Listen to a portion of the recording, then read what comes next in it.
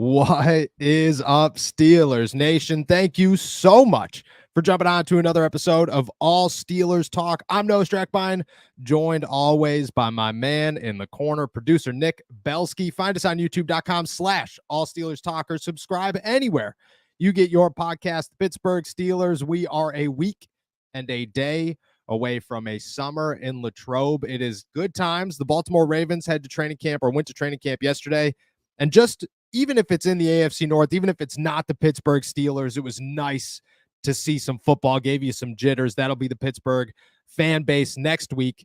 But in the meantime, there's plenty to talk about. We're going to slowly preview training camp in the upcoming season as we did for OTAs, minicamp, the NFL draft, etc. But we got some news and notes on top of that. It is a beautiful day here in the Berg. I won't lie to you guys. I know we talked a lot of college football video game yesterday. I learned last night as I went to pre-order and buy the game that you can't get it on the PC. And, well, I don't own a PlayStation 5 or an Xbox S series or whatever it is. So for right now, I'm out of luck. But I'm trying to figure it out, trying to get you guys there. And in the meantime, I'm trying not to, put a hole in my wall or something out of just pure aggression for how upset I was learning that. But I hope everybody else got to enjoy college football release day more than I did. How you feel, my friend? You I know you're not a video gamer, but did you at least get to watch a stream or something yesterday? Yeah, I saw everybody's clips, I saw everybody's posts, and I'm happy for everybody because it also goes into just the feel and the general vibe of yesterday. It didn't feel like a Monday because it feels like everybody in the football world just woke up yesterday. You mentioned it. Ravens are at training camp. Good Morning Football was back, and it seems like everybody's clocking back in after they went away to their cottages for the last couple of weeks. So it feels like the whole football world is waking up. There's more news. There's more excitement. So I'm in a real good mood because it's starting to feel like, I know, obviously, we're going to get to training camp and then be like, we still have like 2 months till actual regular season football. But, I was watching wide receiver yesterday. I got the football jitters. I feel like I'm getting really back into it right now. So I got a text from Jillian's friend yesterday that she was watching wide receiver, and she said that I sound exactly like George Kittle. Do you get that? I did not get that. I never drew that connection. I even turned it on and said, I don't know how I'm feeling about this one. But she said I walk like him. She said I talk like him. I was like, look, I'm gonna grow my hair out, grow a couple of inches. I'm gonna be George Kittle. So I don't know. I didn't feel it though. I didn't feel the comparison. Yeah, off the top of my head, I think I'd have to have a couple pops in me before I started making that comparison. So, I hate to say it because I know George Kittle's a boss, man. I'd love to say that you're identical, but I'm sorry, I don't think I can go there. No, I don't blame you. I don't think I can too. Before we dive into some news and notes, everybody make sure that you're tossing your questions in the chat. We're going to answer them as we do every day at the end of the show. In the meantime, we got 3 big ones for you, 3 bangers, I think. What do you got for us this morning? Let's start with Hollywood, and that is Pittsburgh Steelers quarterback Russell Wilson sharing a clip of a production set of a movie that he's been working on. He posted on X that his production team is working on a movie called Sarah's Oil, which will be released in 2025. His production team is titled Why Not You Productions. The question that I have for you, Noah, is this movie comes out in 2025. Will there be a premiere in Pittsburgh because Russell Wilson will have signed an extension with the Steelers? I say right now it is slim chance that Pittsburgh Steelers fans are fired up for Sarah's Oil, unless it's a complete banger and the whole world is just looking for a good Amazon movie and Russell Wilson and Sierra produced it. But I would say right now, I guess slim chance that he's in Pittsburgh, that Pittsburgh fans are still all in on Russell Wilson. That being said, we are a long ways away from 2025, and there are a lot of games to be played and a lot of contracts to be negotiated, and anything could happen.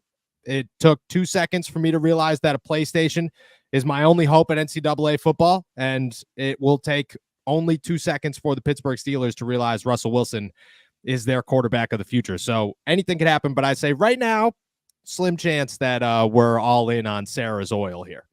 All right, so hold off on the tuxedo rentals. I gotcha. Yeah. But unless it is, we'll be there front and center. You know what I mean? You catch Noah and Nick at the red carpet. We'll be looking good.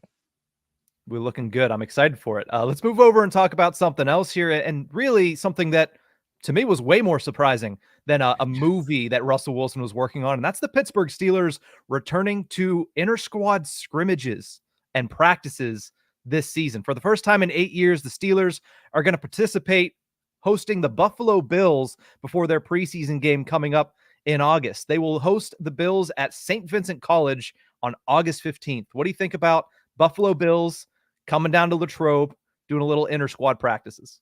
Yeah, I think the Steelers get an early look at Chase Claypool, which is very exciting. I'm excited for Chase to be back in Pittsburgh. I know it's not going to be in Latrobe, but I'm excited to just see how far he's come, get to talk to him. I'm sure everybody will have big things to say. Obviously, Mitch Trubisky will be back, so you'll get a look at him.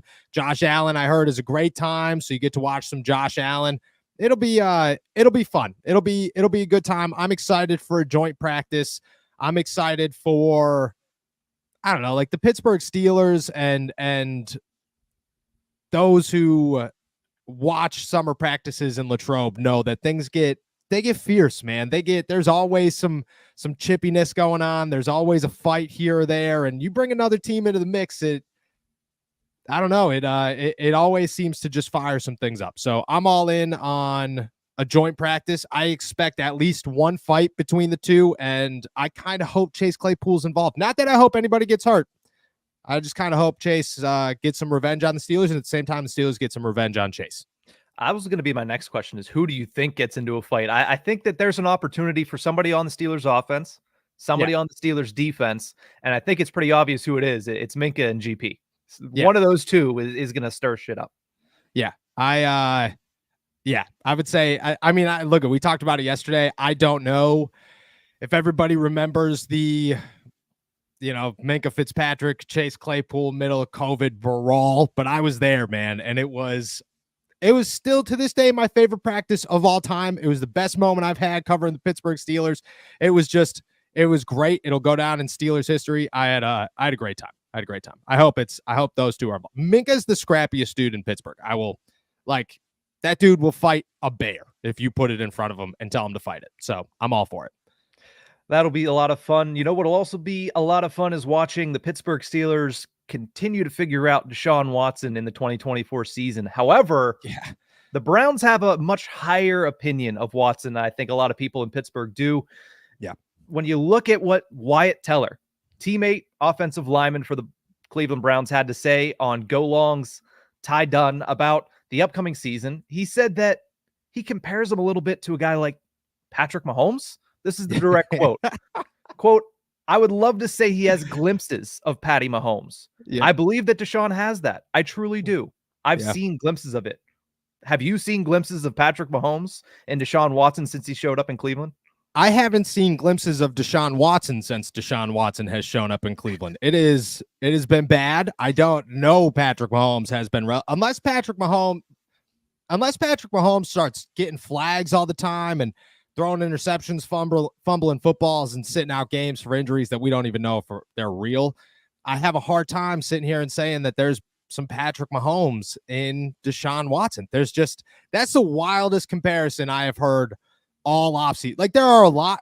First off, that you're in trouble, that your quarterback situation is in a tough spot when you are trying to compare a guy that you traded and then signed for a fully guaranteed ridiculous contract to another good quarterback, which is basically saying, I know Deshaun Watson isn't that good, but he could be that good. And that's concerning. This is the wildest comparison. I get it, teammates, you got to stand up for each other, but it's just time after time that you're seeing that the Cleveland Browns, they messed up, man. And it's good that they messed up. It's good that they messed up, because if Deshaun Watson worked out, and I'm always pro player, but I don't know if I'm pro Deshaun Watson. If Deshaun Watson worked out in Cleveland, it would have set up the NFL for the worst quarterback situation moving forward ever. It would have just totally ruined the salary cap and the way that quarterback deals were structured. So it's a very good thing for the league that has not worked out, and likely will not work out moving forward.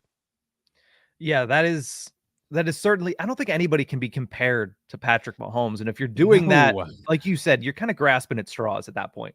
Yeah, massive straws. Like the biggest straw in the NFL. There are not. Look at Joey Burrow's not getting compared to Patrick Mahomes. Tua's not getting compared to Patrick Mahomes. Who else is? I mean, Russell Wilson, Justin Fields. Like, you're not comparing anybody to Patrick Mahomes in the NFL. And if you are, it's not. Only bad quarterbacks draw good comparisons. Good quarterbacks are the comparisons. They are the compare. Nobody's comparing Patrick Mahomes to anybody else. Patrick Mahomes is Patrick Mahomes. Tua is Tua. Joe Burrow is Joe Burrow. Lamar Jackson's Lamar Jackson. If Deshaun Watson is Patrick Mahomes, man, who's Deshaun Watson? Nobody wants to be him. So yeah, bad look in Cleveland, but it's Cleveland. It's Cleveland. It is what it is. All right, let's dive into. We have something kind of cool for you guys today. We picked the 5 biggest question marks, the 5 biggest mysteries in Pittsburgh this season, player-wise. And we'll go through each expectation for each one of them, which could be big, could be small, where they could land, and possibly, where they might fall if things don't go well. I do want to answer this question from Aaron Ball real quick before we dive into that. Who won the fight? I'm not going to say anybody won the fight, because I don't think I'm allowed to say who won the fight. I also don't know if anybody truly won. Nobody was knocked out at the end of it. I will say that if it happened again and people were able to watch it, I don't see many people saying Chase Claypool walked away victorious over Minkah Fitzpatrick. It was a lot of scrappiness. I think the craziest part was that half the team was just kind of standing there, just like, hey, stop it, get out of here, which showed you, how much they wanted to get Minkah off of Chase Claypool at the time. All right, let's dive into that. But first, we got a word from our boys over at BetterHelp. This show is sponsored by BetterHelp today. Comparison is the thief of joy, and it's easy to invade other people's lives. Do you guys go on social media and then after a couple of minutes or even a couple of hours realize, man, dude, I'm just not feeling great after doing some scrolling? Do you ever catch yourself on Instagram and say, dude, what am I doing? Why do I feel so down after this? That's what happens. You start comparing yourself to other people. I do it constantly. I'm the guy that goes 2 months of social media, 6 months off of social media. If you go to my Instagram DMs, I answer everybody in a 2-month span, and then I go completely ghost for the rest of the year. That's just because social media brings you down. You start comparing yourself to others, and it's not good for anything. Therapy can help you focus on what you want instead of what others have, so you can start living your best life. Personally, I've been in therapy most of my life, and I've always used it to achieve my goals and to kind of overcome things like social media. I'll look at things and times and say, hey, I'm feeling down because of this, or I'm comparing myself to this, and how do I, for one, strive to achieve the goals that I want when I see other people, and at the same time acknowledge how good my life really is. It's helpful for learning positive coping skills and how to set boundaries. It empowers you to be the best version of yourself. It isn't just for those who've experienced major trauma. It's for those who want to achieve goals and just, at the end of the day, feel better about who they are. If you're thinking of starting therapy, give BetterHelp a try. It's entirely online, designed to be convenient, flexible, and suited for your schedule. Just fill out a brief questionnaire to get matched with a licensed therapist and switch therapists anytime for no additional charge. As somebody who's bounced around from city to city, I can tell you that being able to switch therapists is massive, because sometimes you get stuck with somebody that you just don't really feel good with, you don't compare or are compatible with, and it just doesn't work out. Stop comparing and start focusing with BetterHelp. Visit BetterHelp.com/allsteelers today to get 10% off your first month. That's BetterHelp, HELP.com/allsteelers. Shout out BetterHelp. Shout out therapy. Everybody should go to therapy. I wear a shirt sometimes that says going to therapy is cool. I'm all about it. All right. Let's dive into the 5 biggest mysteries of the Pittsburgh Steelers, what their expectations are, and whether or not they're going to meet them. Because I think that's the biggest question behind all of this is a guy like Corey Trice, a guy like Calvin Austin. Yeah, he has massive expectations. Is it realistic that he's going to reach those expectations in 2024? I got a couple of names here for you. I'll read them off, then we'll go one by one. Calvin Austin, Corey Trice, Darius Rush, Cole Holcomb, Van Jefferson, Justin Fields, and Russell Wilson. I think those are the biggest question marks. If you have another one, toss it in there because I would love to hear it. And I'm sure, Nick, you have some, I don't know, thoughts that maybe I don't have. So if I missed anybody, let me know. Let's start with Calvin Austin, top of the list. Expectation this season is very reliable number 3, upside of a number 2 when it comes to the Pittsburgh Steelers wide receiver core. Calvin Austin is a guy that could come in here and be a massive piece to this offense, can be a complete gadget guy, can be the starter in the slot, can work on the outside, can replace Van Jefferson, can help Roman Wilson ease his way into the starting lineup by the end of the season, takes on a role next to George Pickens, can be used in the backfield, a number of different ways. Calvin Austin is your complete gadget guy. I expect him to be a massive part of the offense. Honestly, I expect if you're looking for like a fantasy sleeper who you think might score 5-6 touchdowns this season in just very unique ways, I think Calvin Austin could be that guy. Just the way the Steelers offense is going to be designed and their lack of weapons, which opens doors for names like Calvin Austin. Expectations in year 3 for Calvin Austin is wide receiver 3 on the verge of wide receiver 2. Do you think he reaches those expectations by the end of the season? I do. I'm bullish on Calvin Austin going into this season. And you mentioned him as a gadget guy. I think he could be more of a pure wide receiver in his skill set. I just don't think that he was given the opportunity. And I don't think really, and you've mentioned this a couple of times, I don't think Matt Canada had any idea what to do with somebody who has the current skill set and talent and package that Calvin Austin has. I think when you look at Arthur Smith, he is much more equipped to be able to get the best out of Calvin Austin. And I'm excited to see if he's able to do that. And that's why he's a question mark, is whether or not Calvin Austin in year 2.3, whatever you want to call it, because he lost his entire rookie year due to injury. I'm excited to see what he's able to do in this system under Arthur Smith, because I think that while, he looks like a gadget guy, he has been used similar to a gadget guy at times. I think he could be a pretty decent pure wide receiver. And I think that if they give him the opportunity, he could potentially, become one of the biggest assets for the Steelers on offense.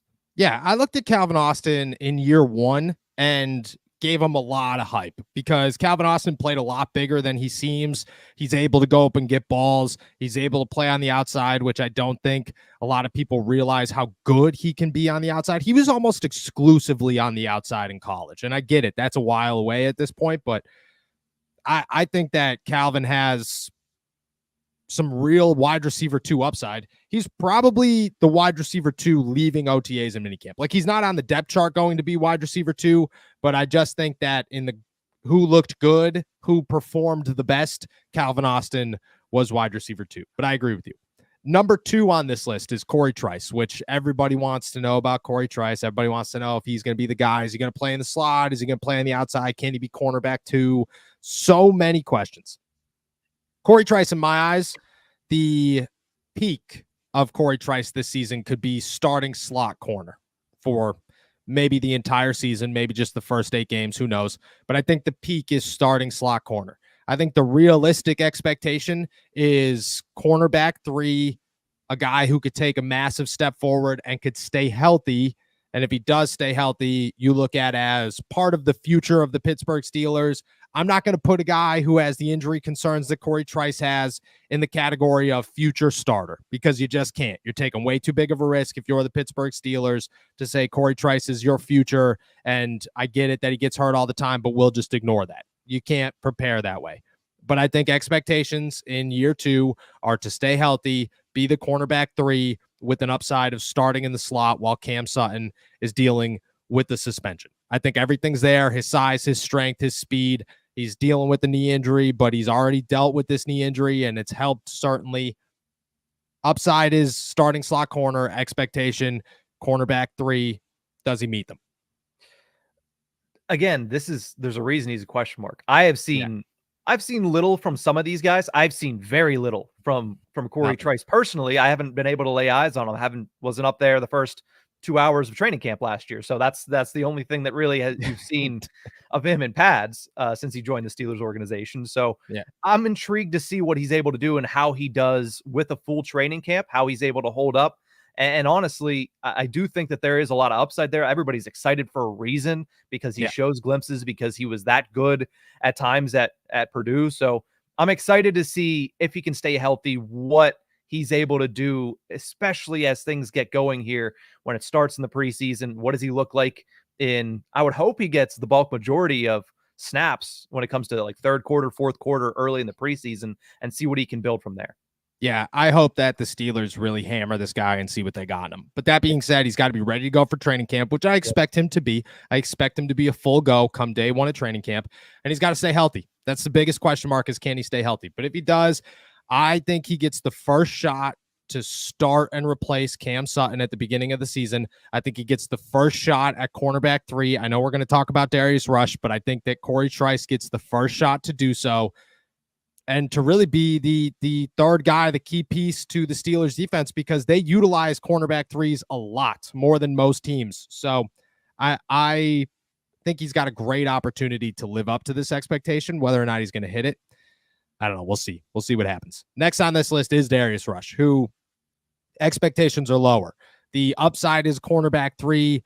The downside is realistic expectation is cornerback 4, able to play in the slot, play a little bit of safety, develop into the next Cam Sutton type player that could play pretty much anywhere on defense.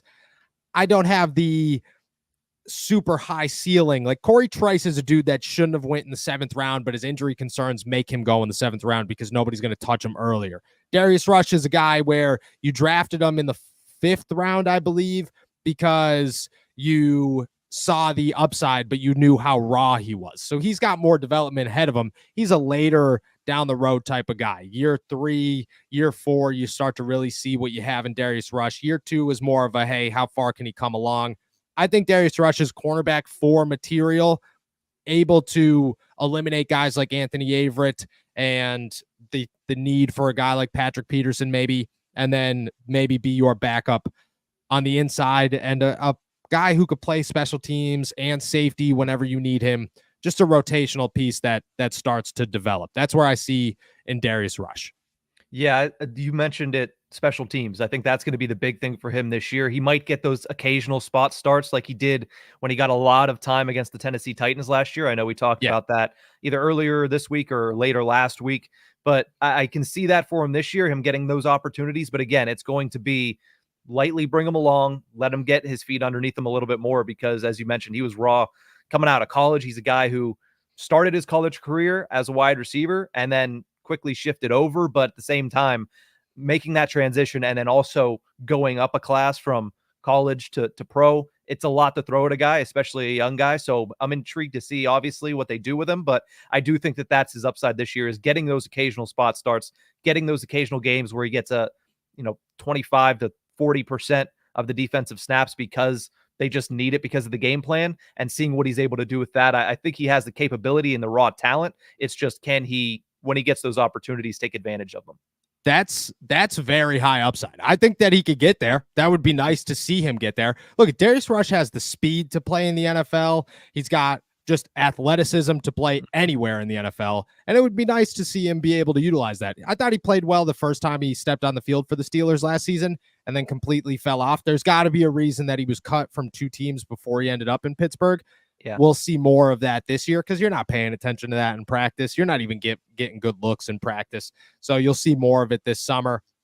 I like that. I like the spot start, play a decent role. You get 25% of the defensive snaps out of a guy like Darius Rush, your defense is looking pretty good or terrifyingly bad. So it's a good spot to be. Next is probably the biggest mystery in Pittsburgh, and that's Cole Holcomb. The expectations for Cole Holcomb right now is just to play at some point during the season, because he's not going to start the season with the Steelers. I don't believe he's not going to be there for training camp. Everybody keeps asking on an update with Cole Holcomb. I don't know if there is one. Everybody keeps saying the same things when you ask him is, yeah, he's taking positive steps forward, but we'll see. I believe Terrell Austin made a comment that kind of hinted at Holcomb not being there at the beginning of the season. The expectation is for him to play at some point, hopefully early enough to where Peyton Wilson isn't already claiming that starting job next to Patrick Queen, and Cole Holcomb's just a guy that you don't really need anymore on the roster, because I would love to see Cole Holcomb, Peyton Wilson, and Patrick Queen become a dynamic three with the Landon Roberts just being an absolute stud off the bench. That would be best case scenario for the Steelers. Expectation is that he just plays. If he returns, what do you think the chances are he starts for the Steelers at any point this season? That's going to be hard to crack it because it's not like the Pittsburgh Steelers are bereft of talent at that position now. Like last year, they were, because they lost Quan, they lost Cole. A Landon was playing with so many injuries that you can't count, but it's not like it matters to a Landon.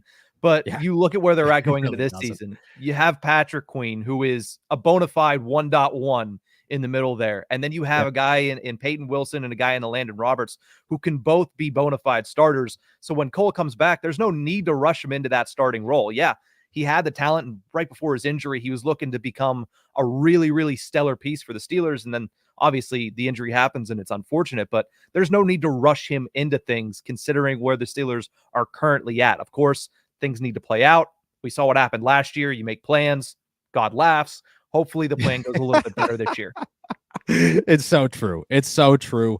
I agree with you. I don't know where we stand. I hope that you get to see more out of him, but you're right. Like, he looked good for the brief time that he was out there, but was it enough to say that he's going to be good all the time? The Steelers' expectation for this guy when they signed him was to be who Patrick Queen is now, is to be their guy in the middle, their long-term guy, their replacement, their final missing piece for Ryan Shazier. Maybe he stays that way, but they really did. They jacked it up, and this depth chart looks so good that it's tough to say that he's guaranteed a spot when he returns. So it's tough to say right now. I agree with you. I think expectation is just wait and see. And is he going to meet it? Who knows? Who knows? Biggest question mark when it comes to wide receiver is Van Jefferson, because right now he is supposed to be the Steelers wide receiver 2. But if you look at anything this guy has done in the NFL, it has not been wide receiver 2 material outside of the second year of his NFL career.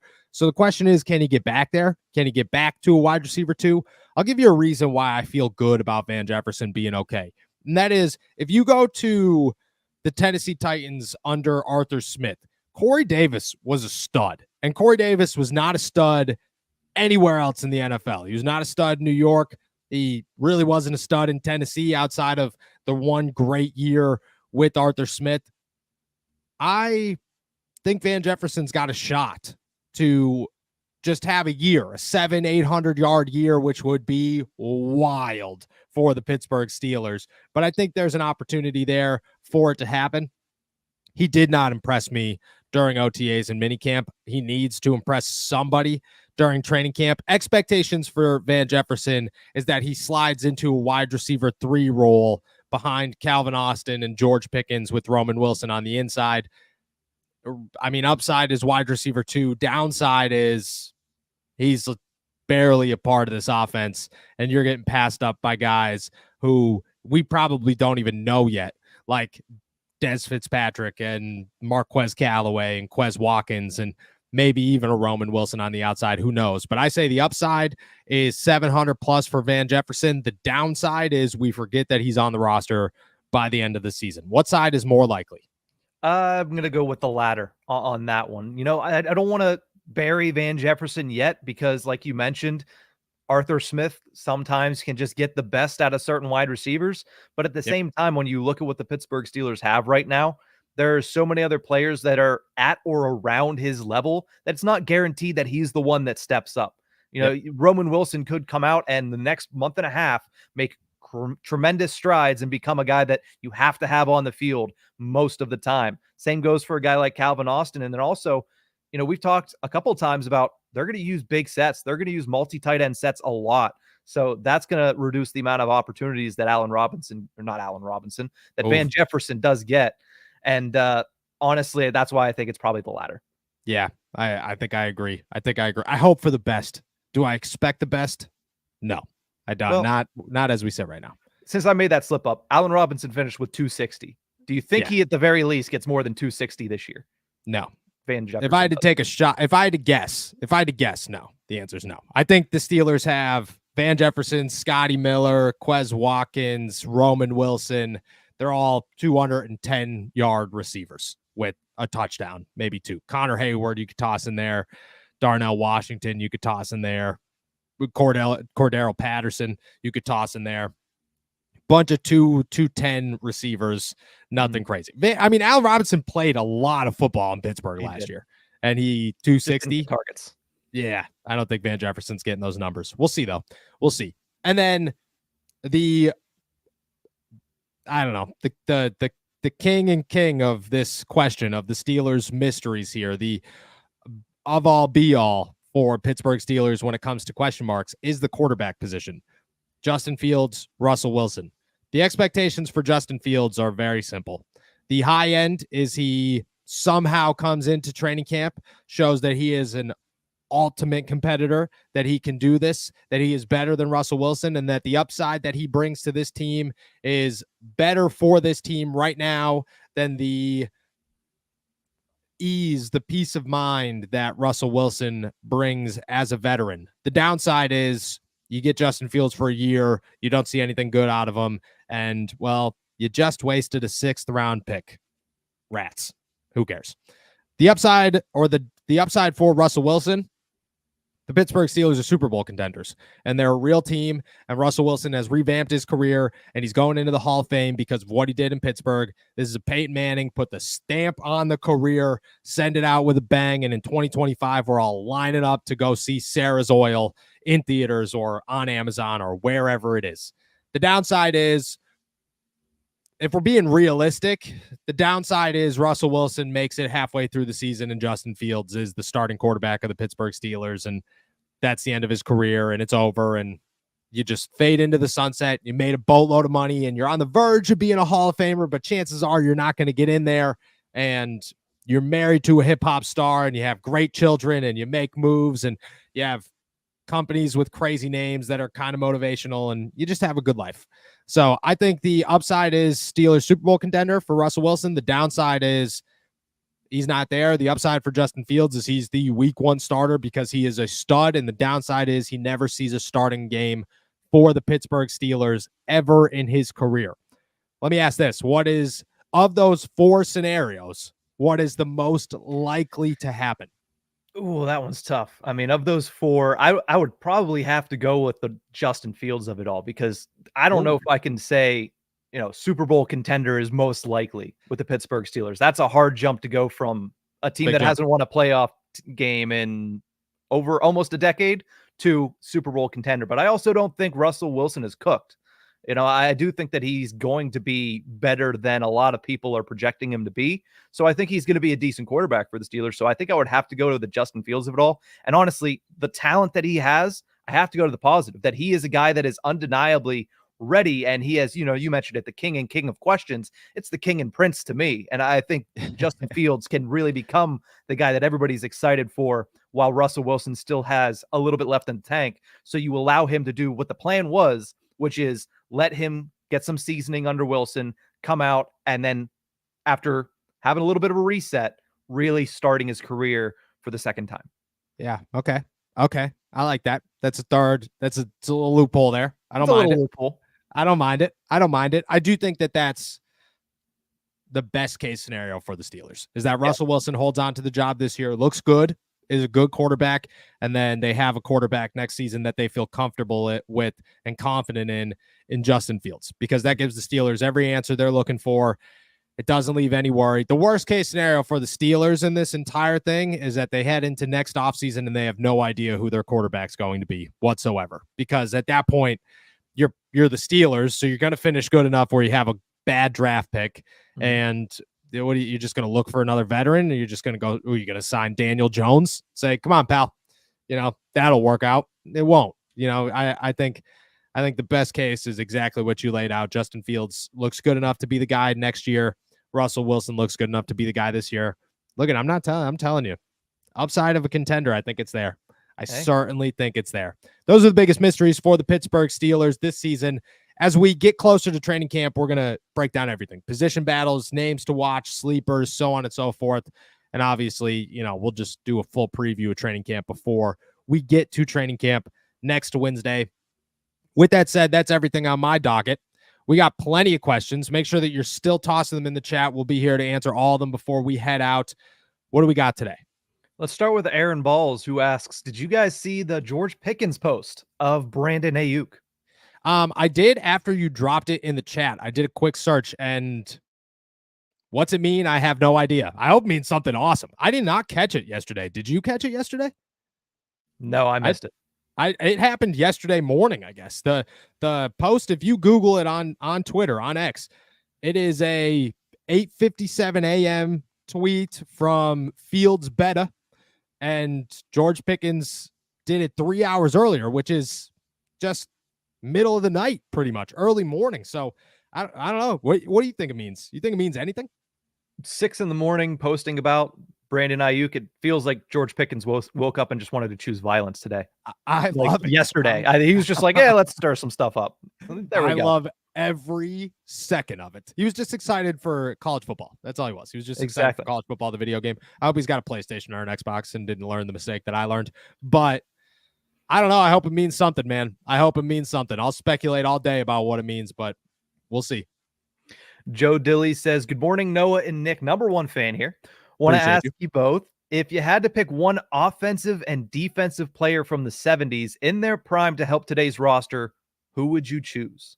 I will say this before we start. You didn't start with Joe's question today. So, Joe, that was Nick. That was not me. I apologize. In the lineup here, it was a little confusing because Joe's wasn't first. It was. On my end, it's a full minute beforehand. His question came in first, but in the starred section, it wasn't. So Joe got his question in first. That's on me, though. Joe, we appreciate you. We appreciate you. If I had to pick one offensive, one defensive player from the 70s in their prime, who would you choose? I mean, defensively, is there a question here? It's me, Joe Green. Yeah. There's no question about it. It's Joe Green. It will always be. Anybody who's sitting around going any other answer, you really love that player. And there's a strong argument for all of them. Joe Green still looks like he'd kill me. So, I'm going me and Joe Green. On offense in the 70s, Lynn Swann's a good answer. Franco's obviously a good answer. Terry Bradshaw, I don't think is the answer, though I think Terry gets a little disrespected from time to time. I'm gonna go John Stallworth, man. Stallworth was my dude. I mean, I obviously was not around in the 70s, but when I watch clips, when I watch highlights, I think that guy was so underrated. So I'm gonna go Stallworth. Yeah, with the current wide receiver issues the Steelers have, or if you believe they don't have, whatever, you could do a lot worse than John Stallworth or Lynn Swann as wide receiver 2 behind George Pickens. A lot. Who you got for on offense? I would go with Lynn Swann. I think he would fit with what the Pittsburgh Steelers do. And then defense, it's not a question. I'm not going to go against.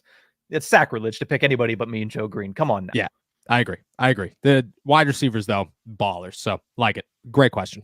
Let's go to ZYE, who says, good morning to you, gents. My question today is, how do you guys feel about the Steelers wide receiver 2 sweepstakes? Who is the most to least likely option where we sit today? Oh, this is a good question. All right. Most to least likely options as we sit today for wide receiver 2. We'll start with the most likely. We'll go to least likely. Calvin Austin sits top of that list. Van Jefferson is number 2. Number 3 is Roman Wilson. Number 4, I'm going to go Quez Watkins. 5 is Marquez Callaway. 6 is Dez Fitzpatrick. And 7 is Scotty Miller. Scotty Miller is too small. I can't be a wide receiver 2, but I think I got to toss him on that list out of respect. But that would be my list right there. I believe is top to list. Starts with Calvin Austin, ends with Scotty Miller. Dez Fitzpatrick got a little bit of TV time on that wide receiver show because he's he's one of the 14 wide receivers that went before Amon-Ra St. Brown. And obviously we all know that he knows that religiously. Oh, that stinks. Actually, I would hope he got better TV coverage than that. Dez is a good dude. So shout out Dez. All publicity is good publicity, but maybe not all. Let's go to this next question, who says, do we think Jordan Addison has a chance to join the Redeem team? What a lead-in. Do I think Jordan Addison has a chance to? Yeah, I do. I mean, he posted something the other day or yesterday that was like, you got to learn life lessons or something. This is the second time that he's gotten caught with something to do with his car. Obviously, this one was bigger with the drunk driving, which is terrible. Don't ever drink and drive. I hope so. I think so. I think he's too young. I think he's got a lot of talent.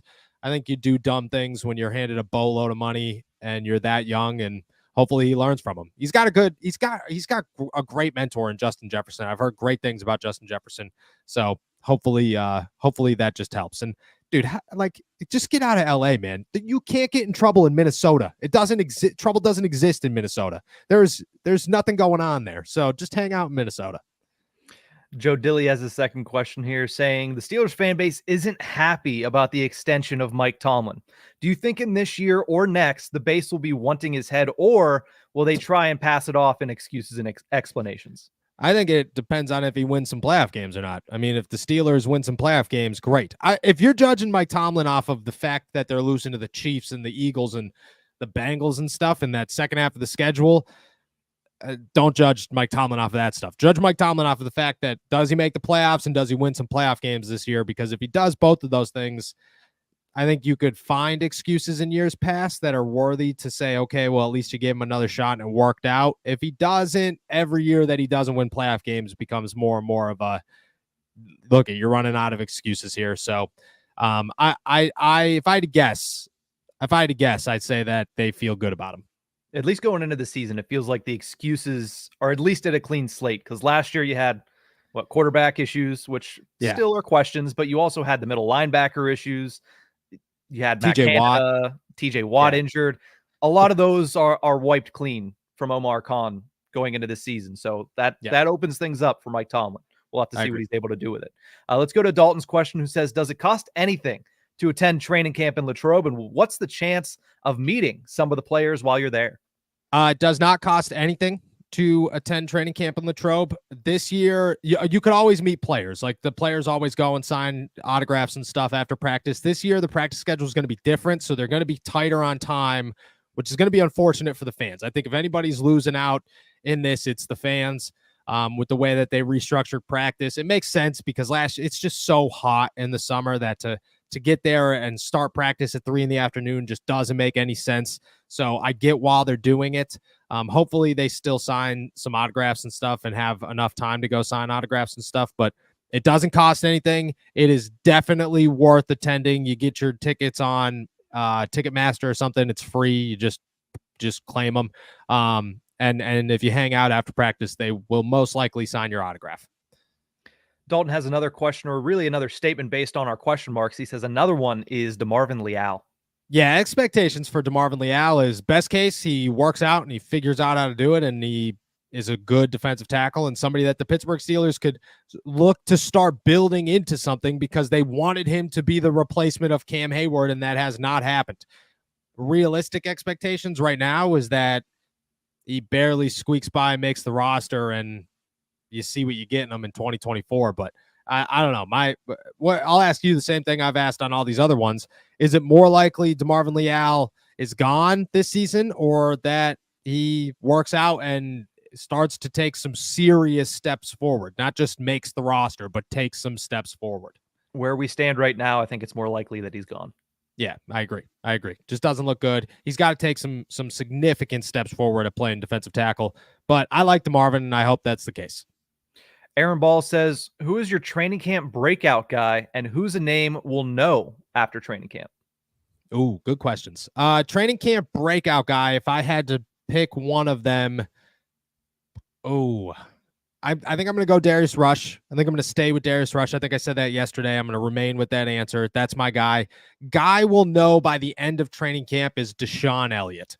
Everybody will know DeShawn Elliott by the end of camp. Everybody knows him now, obviously, but you don't really know him. He's the sleeper of the defense. He's not a name you're going to know much of. By the end of training camp, you're going to know DeShawn Elliott. So I'm going DeShawn Elliott. Yeah, I'm sure right now a lot of Pittsburgh Steelers fans know DeShawn Elliott as the guy who broke Patrick Mahomes' helmet in a playoff game. Yes. He's going to be more than that for the Steelers this year. 100%. Let's go to Carl Spackler's question, who says, question for Noah and Nick, who are a couple players that you have watched play in history where you said that guy should have been a Steeler? Brian Urlacher was always one for me.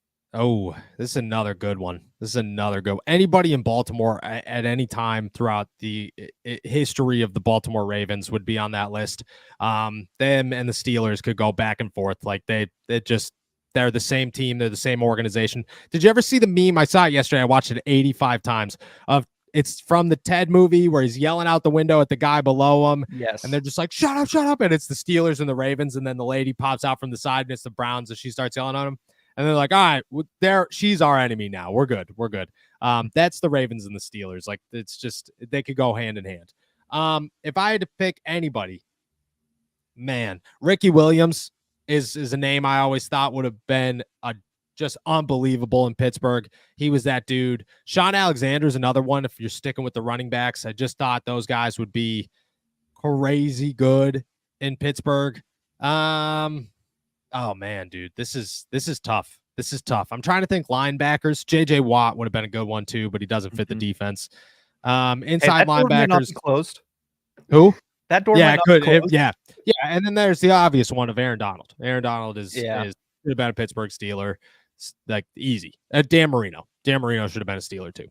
I'll give you one that probably not a lot of people are going to think about, and I can't really explain it, but I always had that thought in my head, so I'm glad Carl brought this up. Dallas Clark.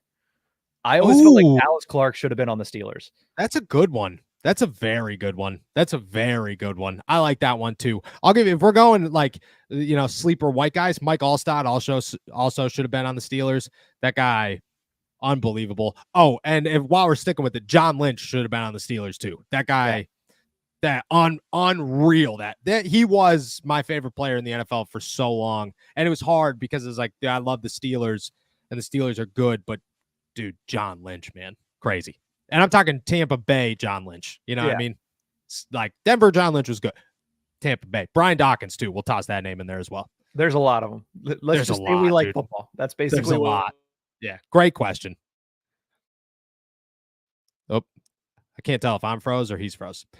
We'll keep it going here. Yeah, we'll keep it going. Tim Hopper says, oh, it's not working for me. Tim Hopper says, Tim Hopper says, oh, it's 11:41 p.m. in Australia. Shout out Tim, dude.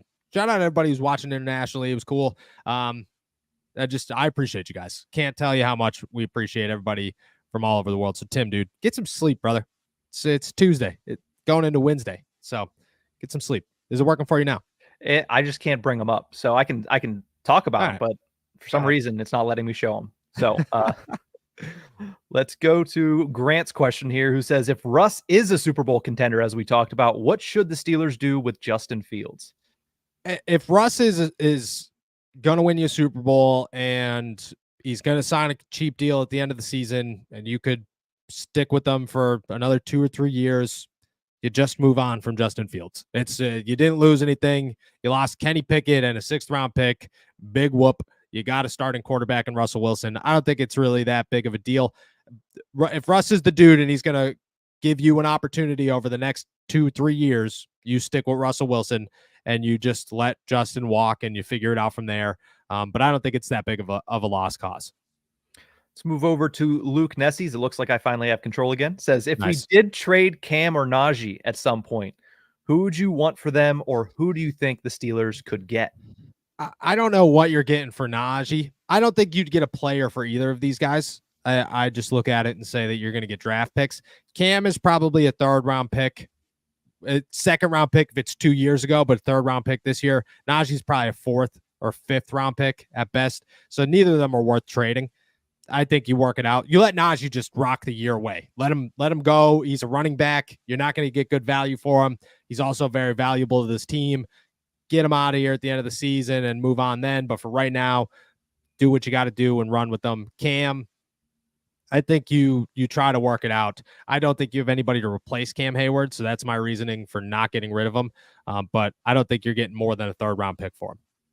Adam wants to know, who's your breakout player for the year and who will be the most disappointing player for the Steelers? Breakout player for the year this season is Calvin Austin. That's my breakout guy. Easiest answer. I just think he's going to be, I think he's got so much upside as he enters year 3, really year 2. And most disappointing this year. Oh, that's tough. That's very tough. Any of the wide receivers not named Calvin Austin. But I'll go Troy Fautanu right now will be my most disappointing this year, just because I don't, as we sit here right now, foresee him being a starter. I hope he is. He's got a long way to grow. And I hope I'm wrong. Like, I will be the first one to admit if I'm wrong and say that, hey, I thought he wasn't going to be this. But as of right now, what we've seen at OTAs and minicamp, he's got some growth behind him. Yeah, for most disappointing, that is a hard one. I think that, and only because the expectations I think have been risen a little too high for this guy, Darnell Washington. I think too many people that's are another expecting good him one to be a big part of the passing game, and I'm not exactly sure that's what's going to happen. Yeah, I agree. That's another good one. Let's go to Joe Dilly's question, who says, being the Steelers lost to the Bills in the playoffs, do you think this joint practices will help them take the next step for playoff redemption? No. I mean, I don't think redemption comes in the preseason. I get where you're coming from, but I don't think it comes in the preseason. You're going to be playing Mitch Trubisky and Chase Claypool most of this game, not Josh Allen. Plus, the Steelers beat them last year in the playoffs, and they beat them pretty handily.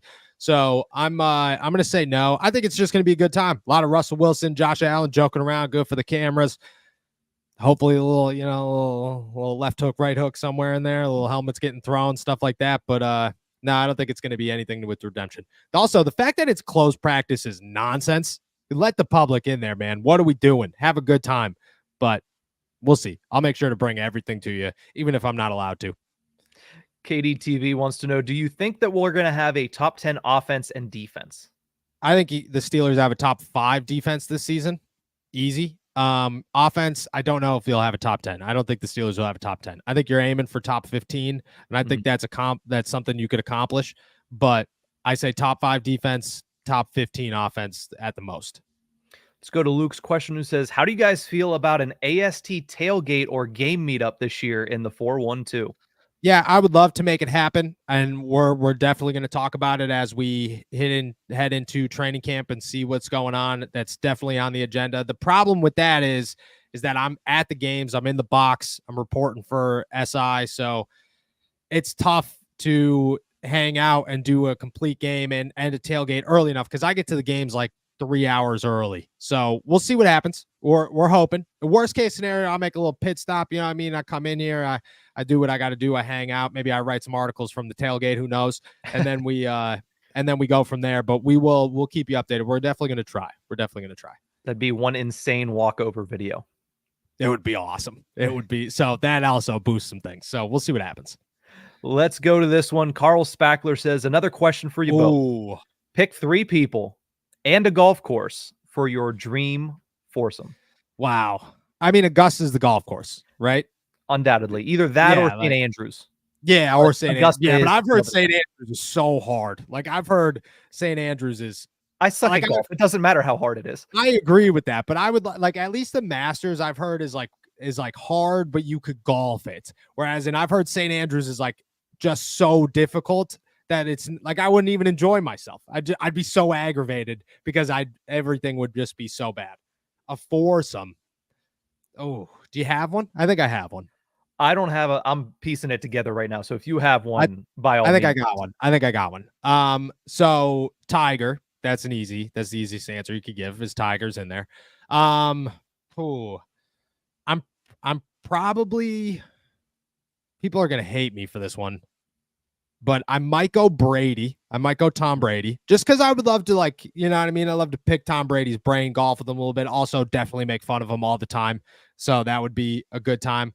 I'm a LeBron guy, but I think I'd still go Jordan because that's just it. And then I'd have to pick somebody else who sucks at golf. That would just be like a lot of fun. And I think I'd call like Seth Rogen or something and just be like, hey man, come hang out for the day. You're in my cart. Obviously we're going with that one, but I think that would be my 4. If we're just picking anybody at any time, my 4 is like Tiger Woods, Mike Tyson, Seth Rogen, and still probably Jordan. Yeah, you went with the GOAT group there. Tiger and Brady. Yeah, the GOAT group. It's hard to go against the GOAT group. If I'm going to golf, I really want to go with Tom Holland because golfing with Spider-Man would be great, and he's really good. Then you got to go Marky Mark because he's a golf guy. And then give me Rory. I want to play with Rory.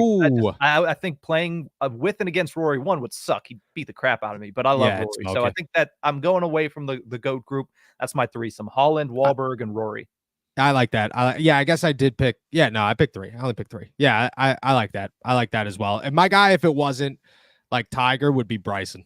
I'm a big Bryson guy. Big Bryson guy. Bryson's interesting. He's interesting.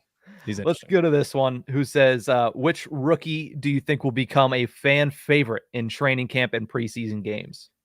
Peyton Wilson, easy. Easy answer is Peyton Wilson. Romo Wilson's got a shot, but Peyton Wilson is going to electrify people at training camp and during the preseason. He's going to be a blast to watch. Peyton Wilson's that dude. He's going to emerge into something big. So I'm going Peyton Wilson. We got two more here. Let's go with KDTV first. One more question. I think by week 10, the Steelers are going to be 7-2 and go 4-4 the last 8 games. Is it a realistic prediction to make playoffs if they do indeed do that? That's an 11-6 record. Yeah, I think 11-6 makes playoffs easy. I think that's. Last year, what was the Ravens were 13 wins, and they had the number 1 seed. So yeah, I think 11 wins is nice. I think that's a good prediction. I think that could be realistic. 11-6,